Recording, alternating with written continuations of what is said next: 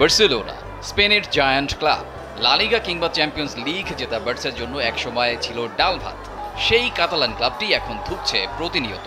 একে তো ক্লাবটার রয়েছে গরিবী দশা, তার উপর মেসি যাওয়ার পর এক লা লিগা আর সুপার কোপা ছাড়া কিছুই পায় নাই বর্তমান জাভি হার্নান্দেজের শিষ্যরা।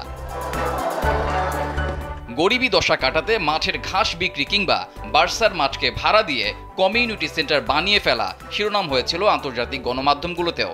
শোনা যাচ্ছে সেই গরিবী দশা কাটাতে বার্সার সমর্থকদের কাছ থেকে নাকি 5 ইউরো করে নেবে বার্সেলোনা, যে খবর রীতিমতো সবার নিউজ ফিডে ভাসছে। কয়েক মৌসুম ধরে বার্সেলোনার আর্থিক অবস্থা বেশ নাজেহাল। দেনার দায়ে নাকি ক্লাবের পরিচালনা ব্যয় সামলাতে রীতিমতো হিমশিম খাচ্ছে ক্লাব কর্তৃপক্ষ, যে কারণে বার্সার সবচেয়ে বড় তারকা অর্থ সংকটে পছন্দের খেলোয়াড় দলে টানতে পারছে না কাতালান ক্লাবটা।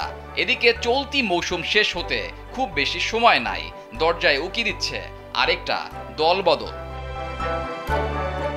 আসন্ন গ্রীষ্মকালীন দল বদলে বার্সাকে যাতে এমন সমস্যার মুখে না পড়তে হয়, এজন্য সম্ভাব্য সমাধান নিয়ে হাজির হয়েছেন জোতা ইয়োর্দি। জোতা ওয়ার্দি নামটা অপরিচিত মনে হতেও পারে। বার্সার সমর্থক হিসেবে পরিচিত ইয়োর্দি স্প্যানিশ সাংবাদিক। টিভি অনুষ্ঠান এল চিরিঙ্গোতে দে হুগুনেস এই নামে একটা অনুষ্ঠানে নিয়মিত দেখা যায় তাকে। এই অনুষ্ঠানের এক পর্বে ইয়োর্দি জানিয়েছেন, সমর্থকদের থেকে অনুদান নিয়ে সমস্যা কাটিয়ে উঠবে বার্সেলোনা। সমাধানটা এমনই, বার্সার সমর্থকদের কাছ থেকে 5 ইউরো করে নেয়া। কাজটা খুবই সহজ। সারা বিশ্বে ছড়িয়ে থাকা প্রত্যেক বার্সা সমর্থক 5 ইউরো করে দেবে। তাহলে ফান্ডে ভালো একটা অর্থের যোগানো হবে, আর সেই অর্থ দিয়ে নামী ফুটবলার কিনতে পারবে বার্সেলোনা।